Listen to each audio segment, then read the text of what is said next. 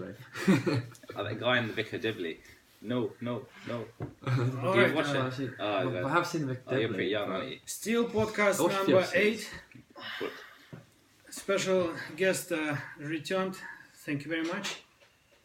Oh, hey, where did it come from? Special guest and more. Ayo Adesanya. How you doing, guys? Thanks Right. for having me, Alex. We were talking about is stuttering seasonal. Do you have opinion on this? Seasonal. No pressure, given that everything we've said has already been recorded, so you could either be Off in the line top with what of we my say head or not. Off the top of my head, it's stuttering seasonal. I can say it affects me when I'm tired. I'm not sure if the weather has anything to do Alright. with it. Let me I'm not sure. rephrase it. Do you have the worst month of a year? No. Do you have the No. best months like how about My guy. September? Nah. He's trying now. It's My- me and Alex are on the there is a month. For me, Pro month. to me, it's just have bad days and good days. There you go, man. I don't know. Maybe I haven't looked into it. So it's more of like a Haven't. weekly thing than like. Maybe I'm not daily. aware. I Yeah. haven't been observing. I don't know. Which might be a good thing, because you're not expecting anything calendar-wise.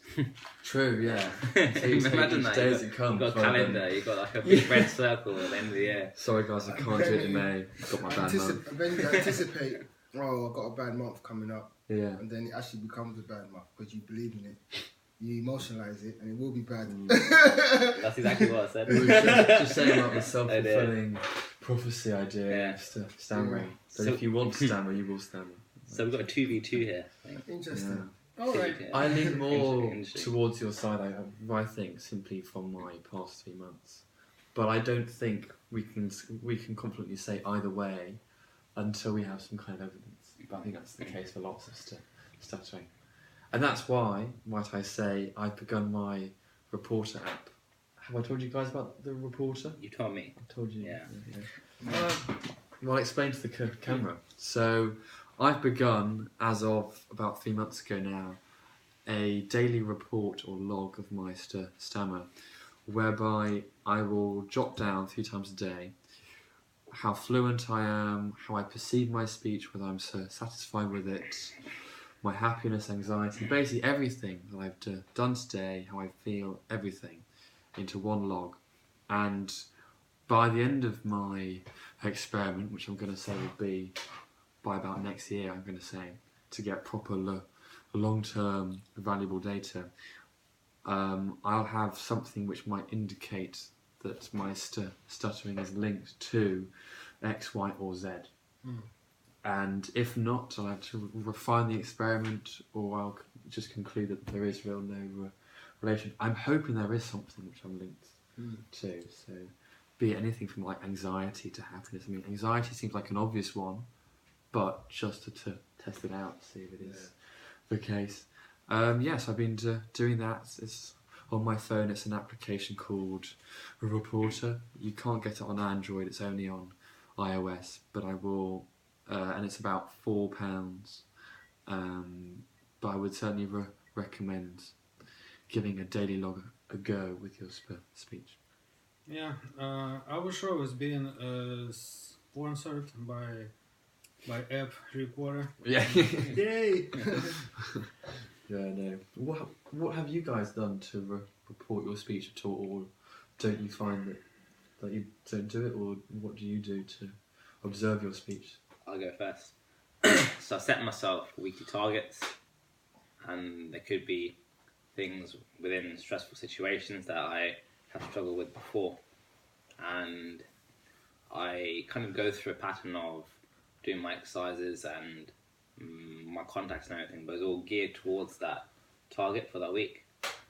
So instead of kind of keeping a log of where I'm going wrong, keep a log of where I'm going right. Okay. And keep reaffirming that. Got my videos, so I try to record as much as I can, keep them, watch them on the nights where I have a struggling day of speech, reaffirm the good speech I've had in the day on a high note, and do that. So that's my approach. My approach is I actually keep a diary of my speech. I record the highs and the lows. So I definitely record all my blocks and I analyze my blocks. You may call it intellect. What's the word? Intellectualization. Intellectualization. Mm. But I don't Magic find. word. Maguire, oh my god. It's one of the fourth tenets of Maguire. Must never intellectualise But anything. I find it when I intellectualize, my speech becomes a million times better. Mm. My philosophy is, if you're an athlete and you want to get better, you have to analyze your past data to actually improve. Yeah. Maybe that's just me, but my diary has helped me a lot. I can look back a week and say, okay, I was blocking quite a lot in this scenario, in this situation, and this week I don't want to repeat that. So let me make some fine adjustments, make those adjustments, and compare this week to last week in the same situation. The difference with you, is intellectualization without action is dangerous, but with action, which is what you're doing now, is extremely That's can be very productive. Yeah. The whole work smart attitude. Yeah, very true. For how long have you been keeping the diary? Since December the 20th. I actually got the idea from your reporter app. No way. I tried the reporter app. With a Tom smile. I call him Dr. Tom. He's a doctor. He will be a speech language therapist, one of the best probably. Unlicensed. But I tried the reporter app. I was too lazy, and I thought I'd just do a diary and turn it into a book one day anyway. Okay. So kill two birds with one stone. And I tell you what, you can turn diary entries into quantifiable data. Like if you think that what you're writing about is like a happy day, you can like rate it out of 10 on like a Likert scale. 1 to 10, it'd be like an 8 being a really happy day or something. So you can quantify it. One thing I take pride in is I analyze literally every single block I have. I analyze it and I really try and observe things I'm normally not aware of, where I am, who's in the room, how I feel, my posture. And I find, looking at those little details, I can work out why I blocked. So then I can make fine adjustments so I can test it out, a new strategy for the next time I block. And sometimes I try and make myself block so I can test things out. And my Voluntary stammer. speech is improving a great deal. Putting myself in awkward situations. Oh, I do the same. It's working. It's great. But the real question is how tenable is that? Can you live the rest of your life doing every single situation? And that's where it's like, how long term is this ambition? Because I've been doing it myself in a way for the past month or so. I've been really aware of like when I block and thinking objectively, okay, why have I blocked in that particular situation? But then again, it's like, how long lasting will this focus be? You've got to cycle it, isn't it? You can do it for a year and then see how it's changed over a year. Yeah. Expand it, get your 2-year whatever, and then come off at a certain time. I don't put massive emphasis on it. No. It doesn't kill me. I'm not analysing it to the point where I have to find out. If I can't work it out, I move on and just move on. People I keep don't diaries. beat myself up. If I Yeah. block, I'm blocked. If I can't work it out, I'm happy, move on. I'm not killing myself. Nah. I just want to know why. Yeah. I think now is a good time to segue into our conversation about blocking and, like Alex said, what is blocking? First and foremost. Yeah, what is it? Well, I wanted to plug in something on the last subject. I like your channels, guys. I like a lot. You're one of the best. You're one of those people who I know in person and whose videos I like. And I like your videos because over there you are just as I know you guys. And I think this is the reason, like, why in a way I'm doing podcast. I want to know, of course we all have a face for our videos, and I want to see how distant my video face from a real me, so I'm kind of trying to be real me and record it so I can watch it. And we're doing it once a month. I see such as jumps in my speech, and now I'm fluent. And then real world, I say fuck, so I'll go and plug it in. Good, man. Yeah. When was the last one? Sorry, when was your last video? Or how long ago was it? I didn't Yours has been a while. take but- part, but I think the last one was A when? month A ago. month ago, yeah. Yeah, Roughly a month okay. ago. Do you think a month may be too long? Because you can fluctuate. January was is your month of kind of sketchiness. Self-fulfilling prophecy, man. Yeah. Yeah, We're just about still in there as well. it's been hard going. The thing is, I can stay in control for 5 minutes for any video. I can be so fluent at my worst day. Mhm. Turn on the camera, I Yeah. will Just change the change. personality. Mm. Right? When we recorded for a long time, you will see my real Yeah. blocking. You will Yeah. see me using techniques, how and so. Yeah, I'm ready to jump to another topic. Before you go, that's a really good point because that's one of the main reasons I wanted to come here. Because I know you guys do extended length videos, and it's a real test speaking challenge, and Definitely. that's what I like. Because if you don't go up for these challenges, that will hold you back and make you block when they surprise you. Can I quickly ask Thank you. why people do the videos and take part? I think that's another interesting thing about why do we do the podcast. It's not just one reason necessarily. So, why do you do videos? I mean, you've only done what? Oh, no, actually, no, I've 'cause done you about have your channel now. So, I've done about 6 videos now, and the whole purpose of my channel is to spread awareness around stuttering for all types of stutterers on every program. No one specific. It's for everyone. It's filmed by persons who stutter, for persons who stutter, first and foremost. And the objective is to just make people feel that it's okay to stammer, and you shouldn't be afraid to be who you are. As long as you're comfortable and happy, stammer forever. And if you want control, you can aim to get control and not feel ashamed around other stammerers because you can talk a bit more fluently than them. So it's for everyone, all types, all creeds. Just be yourself, be happy, man. Stammerer or not. Ruben? Is it my turn? Yeah. So my channel, I started it purely it started as a personal thing for me to really put myself out there as someone with a stammer, someone working on it. And not just working on my speech, but working on the other areas of my personality and being more open, which directly influences your speech in the end. Also, I think it's good to, for me as well, raise awareness, especially in the South Asian community, where there are people struggling out there with different challenges and stuff, and there is this kind of sense of trying to be perfect, put an Instagram filter on everything that you do, but that's not how the world really is, and I think it's really good. I've had quite a lot of success so far with different people coming up to me and opening up, and I made a small difference and want to carry on.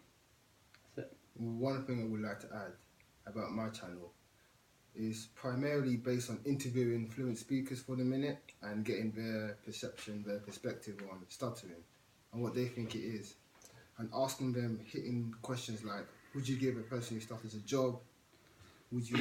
Could you see yourself in a long-term relationship with a person who stutters? Good questions. Very good questions. What do you think of stuttering therapies? Questions like that, and asking all types of people. And then eventually, I'm moving into interviewing people who claim to have overcome stuttering through various ways. Now that's the exciting part, and that's something I'm working on. Got a question. So regarding the people you've spoken to, have you got any, I wouldn't say you get negative experiences or negative responses, but have you got any responses that you thought maybe borderline kind of, that they weren't exactly positive? If I'm honest, not a single one. I swear to God. Did they know that you guys were people with stammers? Yeah, I was using deliberate I was using voluntary stammering. I was stammering a lot on purpose, and it was obvious we had stutters.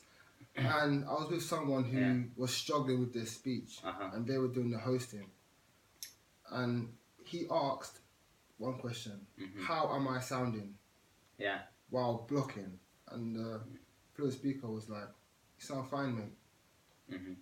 I think there's a couple of things there that it'll be interesting to see if you change certain things. Where just the fact that you're in London and they stopped means that they're nice people. Yeah. You should feel lucky for having successfully stopped someone in London. And the second thing is, you come up to them as stammerers, they're not exactly going to say anything bad.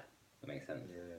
True. So it'd be interesting to see if you could twist it now, to see if you could, I guess, get other people who may not know that you guys stammer, and then also going fluent in this. not even going fluent, just kind of find a way to get some other I answers. think people are just accepting of stammering now, man. It'll be interesting.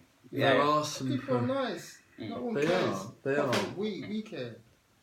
However, there are problems with interviewing people with video and asking people as stutterers. Yeah. Because there's like, okay, these people who represent the stuttering community Where's video are asking going? me, are you supporting us?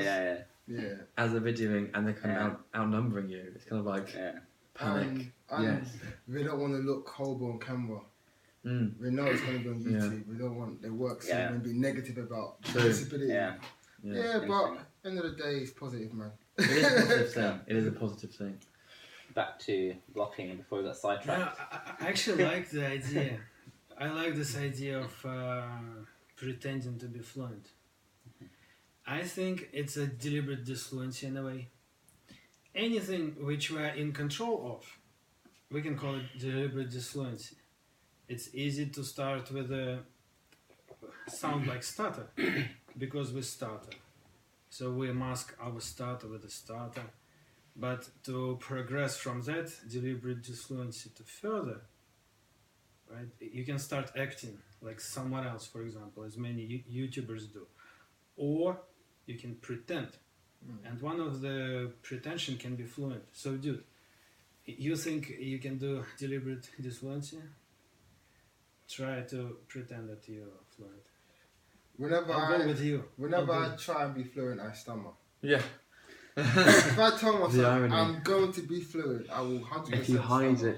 it'll come Because out. you're looking at fluency as a fluency, but if you look at as a being in control, in your head you start as hell, but instead of exaggerating stuttering, I don't know. You can try it. I'll watch you. I'll go with you. I'm not as confident as you, man. It's what's happening right now. But don't do it in May, Oh, October, November, December, January. Yeah. I've tested it a little bit. When I put pressure on myself to be fluent, I hold back. True. I hold back. I do too. But then again, there are moments and ways when you can affect fluency, so you can act, you can put on a kind of a way of speaking which is for fluent. So it can be done, and you can do kind of like a sing-song kind of voice, but it is hard. It's not an easy thing to do. The common thing there is, with both ideas, you're kind of hiding something about your speech. True. Yeah. So that's what it is, right? Yeah. I've seen it myself. If I try not to be who I am, I stutter. Yeah. If I am fully myself, accepting of myself, I hardly stutter. Or I stutter and I don't really care anyway. I'm just being myself, mad, bubbly. But when I try to play a role to please others, it's over. I'm stuttering. One of my findings from my reporter app so far is that the more comfortable I am with my personality, the better my speech is. However, whether it is the comfortableness with my personality that comes first is debatable. It's the whole chicken and the egg. Is it because my speech is better that I'm more comfortable, or is it the other way around? So that's where it's like, what is the issue? Then it will be if there are days when I am fluent in my speech but uncomfortable with myself. That will be evidence that it's not just feeling comfortable with myself. But again, I don't have enough data to rightly say. So we will see. We will see about that. Anyway, I've got a theory about blocking. So I think everyone, non-stammerers, stammerers, everyone, in some way holds back in different things. It could be work, life, personal, and we are disfluent. When we hold back, it manifests as blocks. Us trying to speak fluently manifests as blocks.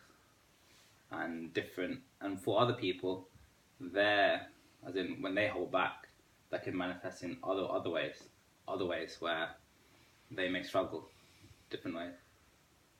Can't think of any examples right now, but I met someone on Sunday, and he had an incredibly overt stutter, but he wasn't holding back.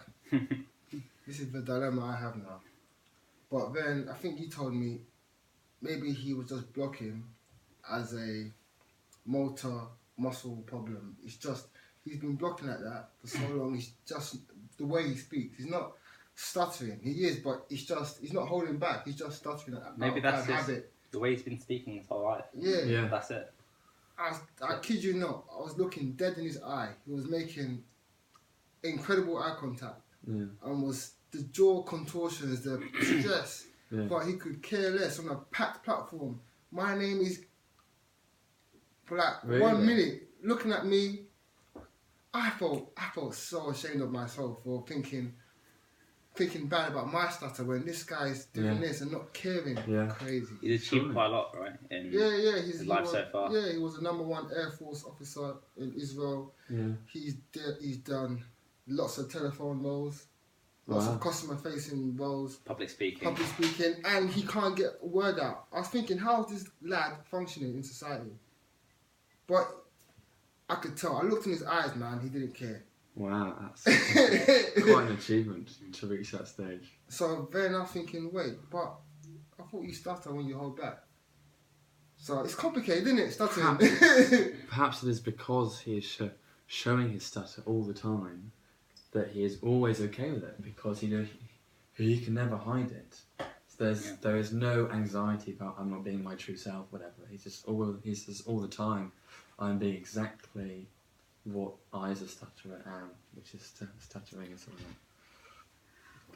Or maybe he just learned not as many techniques.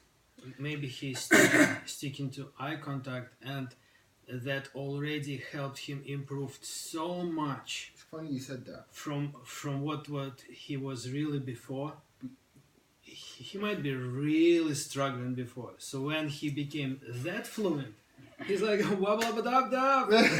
I achieved so much, and he sticks to it. It's cool with him. Yeah, he's tried the Dr. Fluency computer app. I don't know what I don't know what it is, but it's like they learn to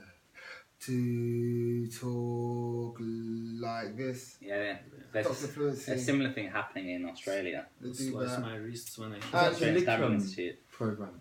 Which one, sorry? Is that the Lidcombe program? It's called Camperdown. Camperdown. Yeah. And I did Did a that little bit of the year before. reading with him, Okay. and he spoke quite well. One word per Is it verse. good? Similar. Pardon? There you go. See? Is it good? Yeah. Same as all programs. If you don't have consistency, intensity, ongoing support, Yep. set, you drop off. You go back to how you've been speaking for the 20 odd years of your life Yeah. versus a few weeks of therapy. How I see it is almost like being on dialysis, in that you always have to have a top up of some kind. And my mum, and I totally forgive her for this, was when I first went on the program, she was like, "Well, we don't really need to go on the program that much. You just need to read the book and do the phone list, and everything's fine, right?" And I was like, "Yeah, sure, that makes sense." And then you realise that you have to do the support groups, you have to do everything else, because it is like you have to just basically have like this unit of support at all times.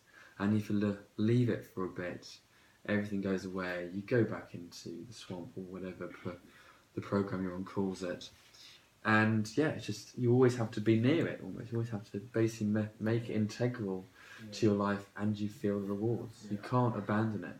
Yeah, I agree. I attended another support group somewhere else for stuttering last week, and my speech was fantastic after that 6-hour support group. Speaks to what you're saying. It really is.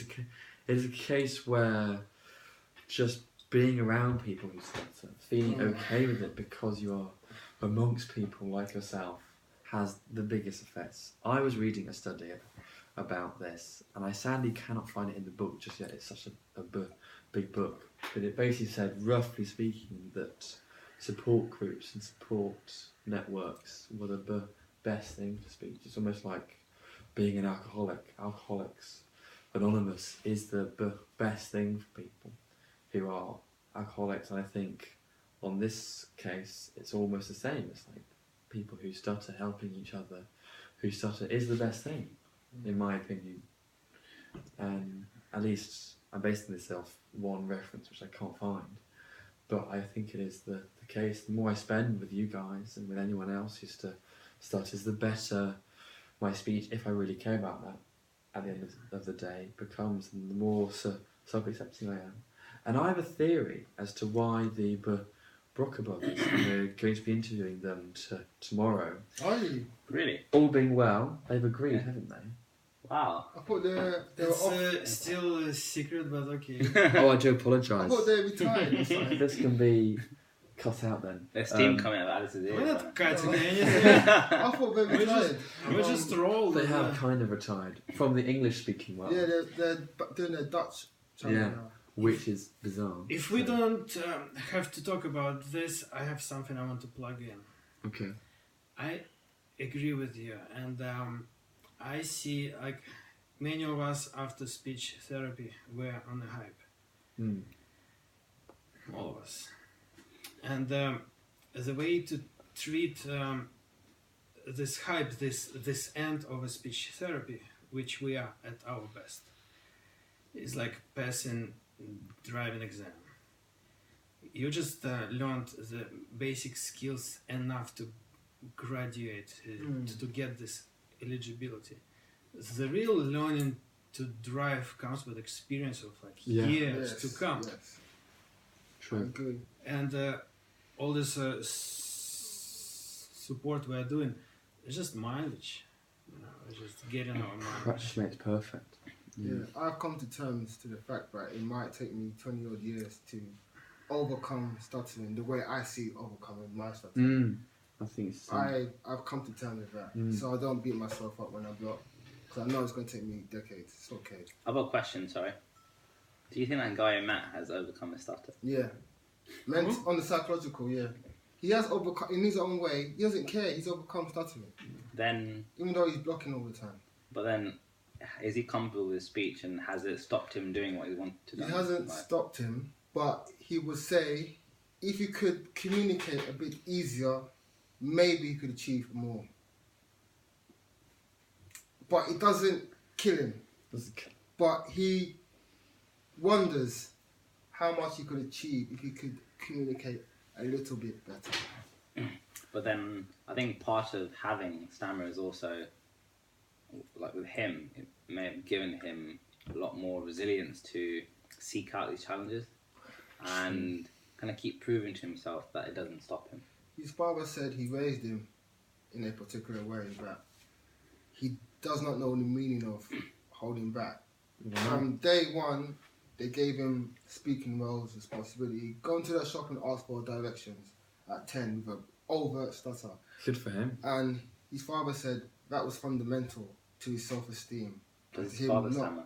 Yeah, but he stammers very minimal. Know how?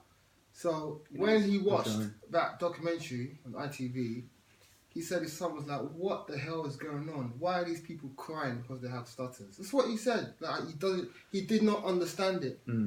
I think it has to do with your parents and how your parents see you as a person who stutters, how they raise you. But like I said, sorry, I beat you to it. But just a very small one. Like I said, his dad stammers as well, so he may have spent his life working out how to overcome it psychologically. So as soon as son was born, all right, He knows kid, what to do.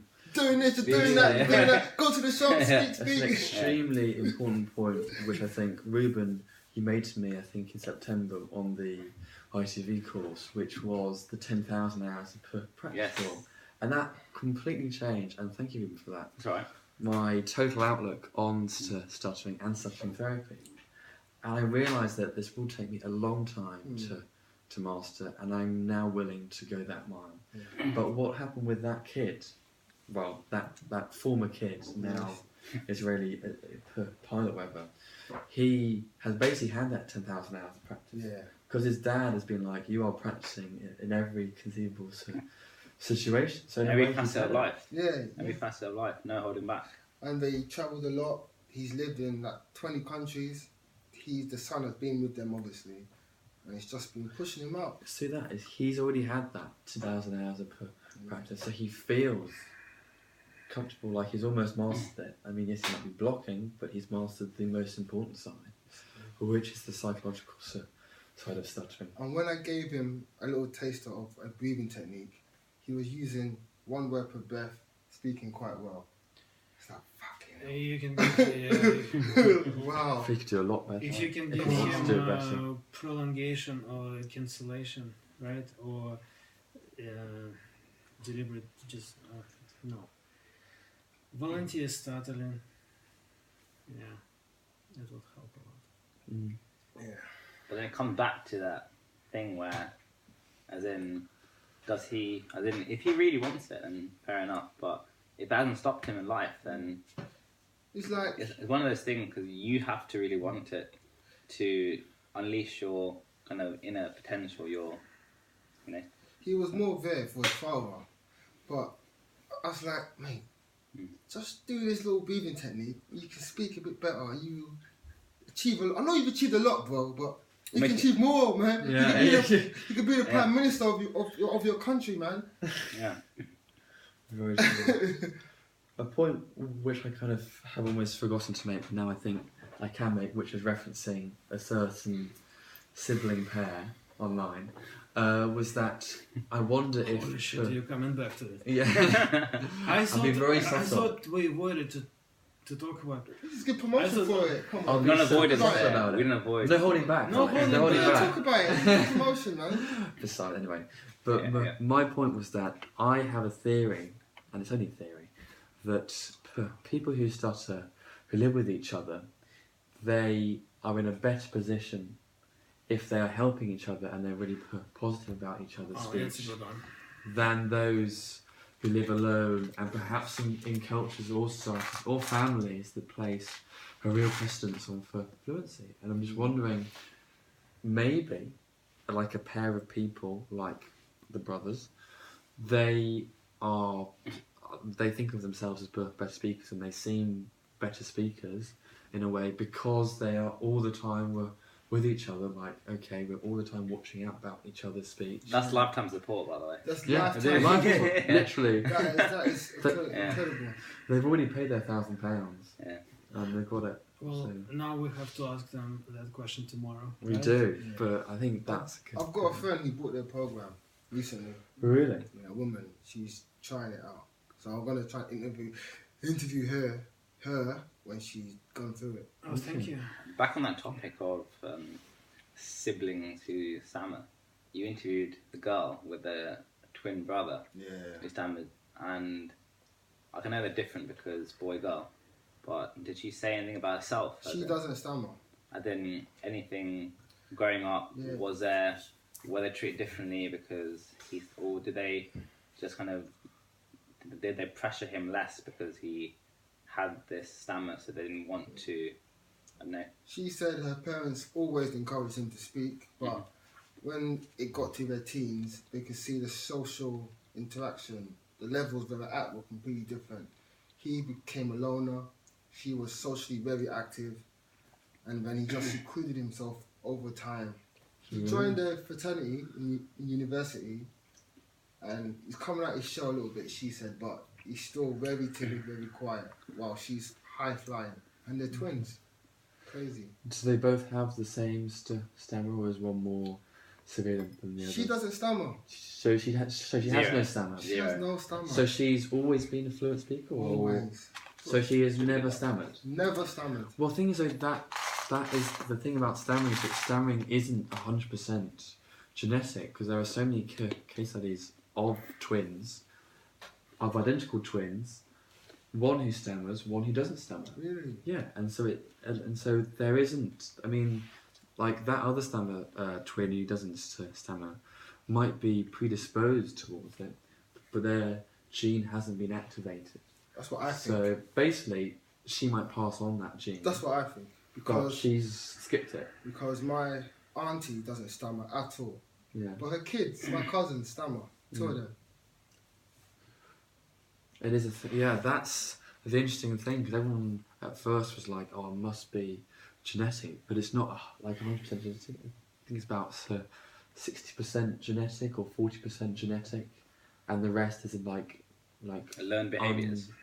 Environmental triggers. I think it's environmental triggers, but no one knows what the triggers are, and these are the result of the twin studies. I think One of my friends, when he was young, he started stammering after he was on a bus.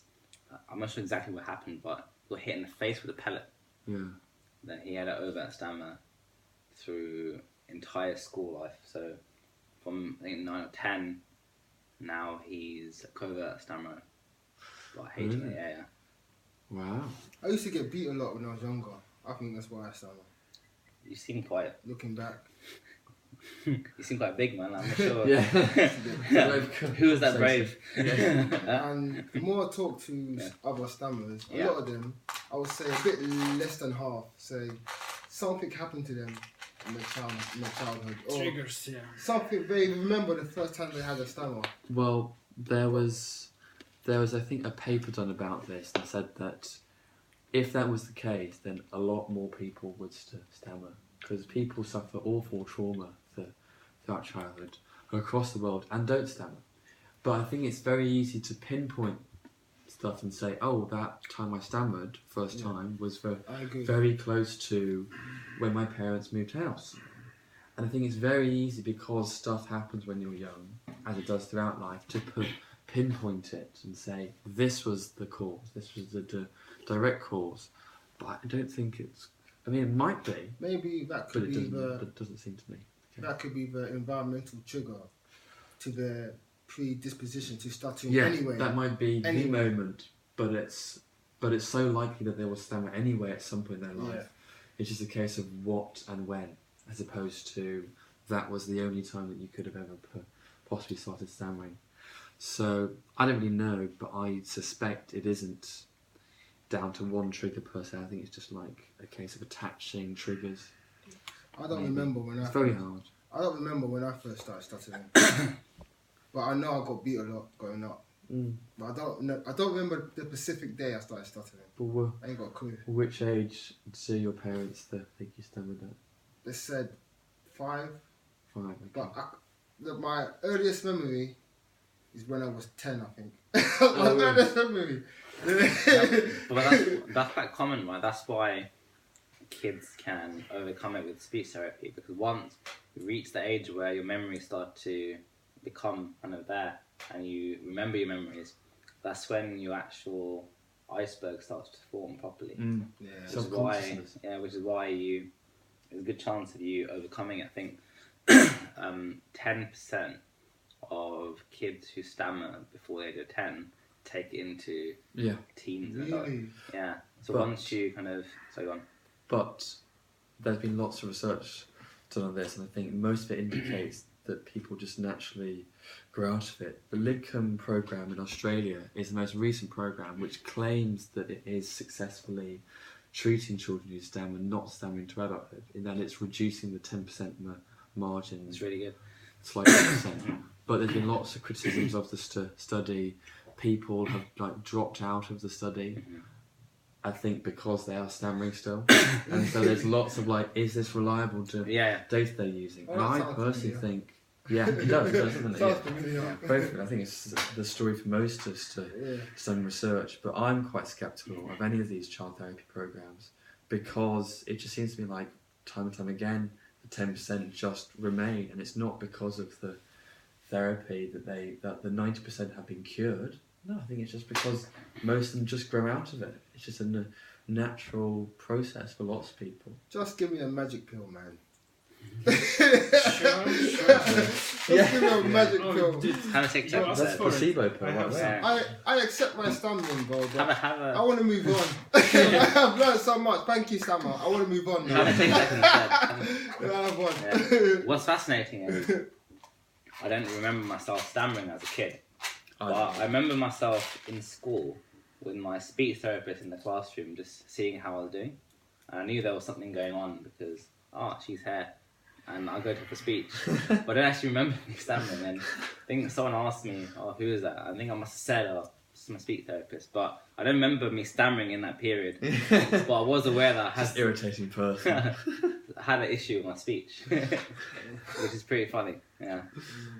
Well, someone attached the issue. All to of the stories speech. are the same exactly. I think I'm critical to everything. I question everything, but I think we can agree on one thing: eye contact, like how important that thing is. No matter how we getting started, no matter what kind of personalities we are. Yeah. No matter how severe our stuttering is, and this guy's example that eye contact is his technique. Yeah. I have Unforgiving eye yeah. contact. I was scared. Did you avoid eye contact when he was... Eyes are fine. I felt like looking at him. I thought, no. Really? Yeah, because he was piercing my flesh and looking at me. I was like, God. looking at me, Oh, not Wow. flinching. that's amazing. Yeah. And I just held it together. I Rock just solid. smiled like, it's okay, Rock bro. solid. It's okay. Do you want Strong to guy. Strong guy. like how strong our eye contact should be? Yeah, and is there any situations where we can drop it, or is there any we cannot? I know one situation when I drop my eye contact at that moment, my speech fucked. And the moment when I almost block and when I start formulating, when I have nothing to say and I start formulating, I would avoid eye contact, I would block.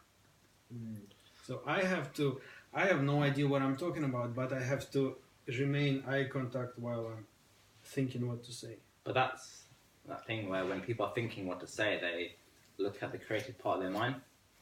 When they're kind of, Look up. yeah, all that thing, It's a trick. yeah.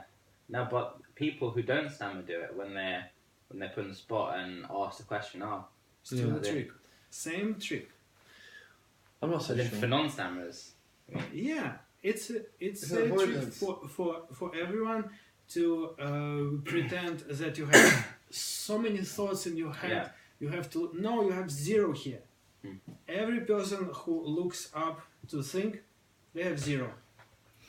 I've got an interesting counterpoint for you. Okay. Yeah. So last week when I was going to the airport, I met a guy who was from Holland, and he does public speeches.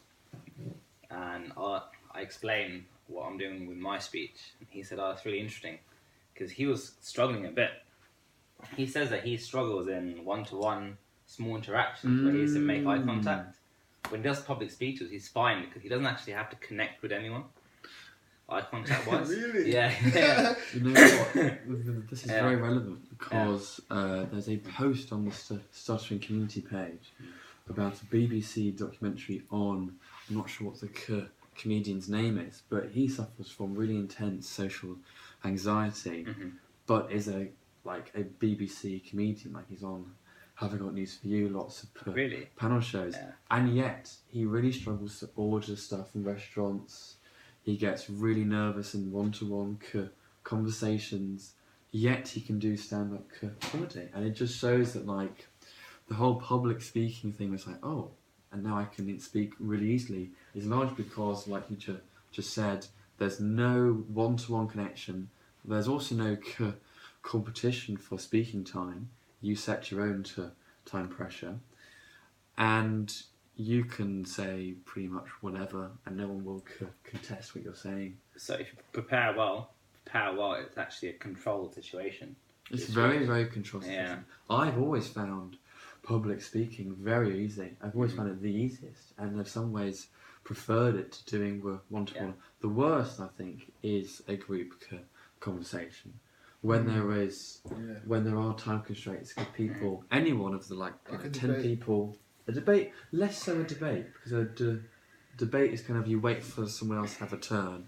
A group, like an informal social chat with like 10 people, is complete chaos. But And 10 anyone people can- splits into like little True. subgroups, so that I know maybe what you're 4 or saying. 5. 4 Yeah, or 4 or 5. 5, yeah. A Yeah. handful of people, basically. Yeah. But I've always found the toughest, because that's when it's like there's so much contest for speaking time, and people will just talk over you. Because why would they all stand around in silence waiting for someone to finish speaking and then be like, okay, thank you? And then the worst is when you actually speak to one of them, and then all of a sudden you hear each person go quiet, and they Yeah. then it becomes quiet. Oh, yeah. Sod's law, isn't it? Yeah. Burns. Oh, I'm getting bad memories now. Yeah. I'm getting PTSD. There's a scientist who claimed that stammerers who don't use therapy and stuff actually suffer from PTSD because they have experienced so much stress in their life that they have, I think, the same symptoms, like they have like shaky hands and stuff, like ever so slightly shaky hands for years of stuttering. So do you think that needs to get tackled as well as actual speech when people enroll on programs? I think, Yeah. well, yes, but I think it's very hard to delve out the resources for one-to-one guys that'll be okay. It's very easy to have like a big room with someone saying, guys, everything's gonna be okay, just follow my advice. But you need to have like the one-to-one. I think that's where the Maguire program, as much as I love it, falls apart, but it can't meet that need. It's having the one-to-one therapist situation. It does have the coaching system, which is good, but I think having like someone who's perhaps been trained properly might be better than that. I don't know. It's an interesting point because the course does get you going speech-wise, and then it gives you the tools to, and I guess the framework to take that into your life. And that's where it depends on each individual to apply it. Very true. Where, as in their own life, their line of work, their stage of life, and so that's it's not a hand-holding program. No. You do the intense course, then say the support is there, everything's there, can come back. Now it's up to you to Gotta take responsibility. take ownership. Isn't that more what the Starfish does? It more has like a tailor-made Yes. therapy for the individual. Starfish is, I attended a support group, and in that support group it was 6 hours long, and what they do is they practice real world speaking situations. So we did something called the cocktail feared words, where you would introduce yourself with your feared word. Never done that before in any program. So, and it's like, there's no preparation. Right guys, get up. We're doing a cocktail feared words cocktail party. Bang. People got up. Some of them had no technique, were stuttering quite overtly. Most of them were using this breathing technique and they were fine. I struggled to say my feared word. Signaler. I blocked 3 times. But I stayed in there. And I said it, signaler. Then I went for my second one, Wimbledon. And I got so much out of that little session. I got so much out of it. The next thing we did was table topics. I've never done that on our starter program. Mind That if was I great. quickly interrupt and say, would people like to say their feared word? Just practice it. New Street. And Something that starts on K lately. Not Senko. Kellogg's. Yeah, Kuzmenko, Kellogg's. You can say it now because I know, because I. I'm trying. Badder. Badder. Signaler. Is badder a word? Say No. Badder and okay. badder. Oh, badder. Badder. Okay. Badder. Yeah. Pretend that you fluent as a deliberate disfluency, and say this word singular like a fluent person. Come Signaler. on, yeah, Signaler. Here you go. Signaler. Here you go. Signaler. You cured! Hallelujah! I can't make myself block right now now. you know what to do. Yeah, you can watch us. He was proofly being cured. I'm going to take away For a the couple video. minutes. I've always struggled with saying the words gug, which is a made-up word, but it's a hard sequence of sounds. I often make up words which I really struggle on all the sounds. So, gug or That's really good swimming exercise. game. Or something like that. Very good. Actually, so I used to do contacts where I would walk around and ask for Gug Street. I would make up street names. That's good. And obviously people would say no, but sometimes you get people who would say, oh yeah mate, just around the corner, yeah. it's like, oh really, wow, actually exists. Then you find out it's just people fobbing you off to get away from your stuttering claws. So yeah. Really interesting. Do you guys want to plug in your channels, or is there any favorite YouTube channels you like? Because I have one. I want to talk about one channel. It's called Speaking Van. Speaking Van.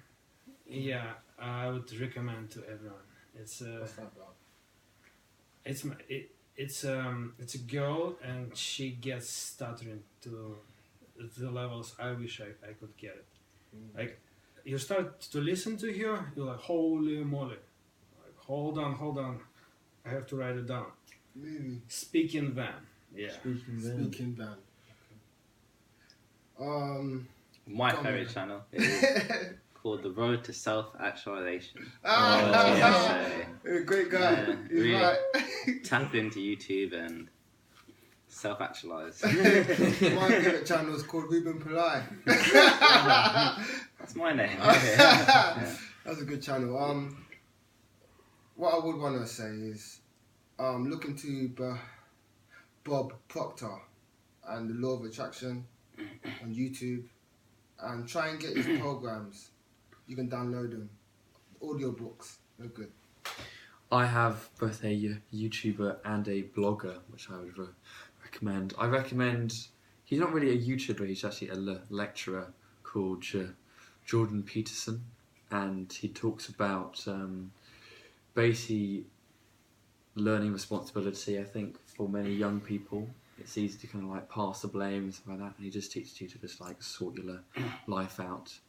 But more specific to stuttering, I'd recommend Tom Weidig's excellent The Stuttering Brain, which I think he's been writing now for 10 years. His posts have kind of become less frequent these days, but he's got like a big bank of like almost like 1,000 posts, it must be now, on stuttering, and he writes very academically. It's very knowledgeable. I think he's a scientist, or like he's been involved in research into stuttering.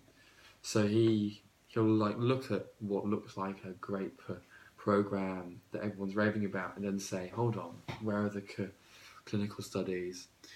Where is the evidence that this does anything for anyone?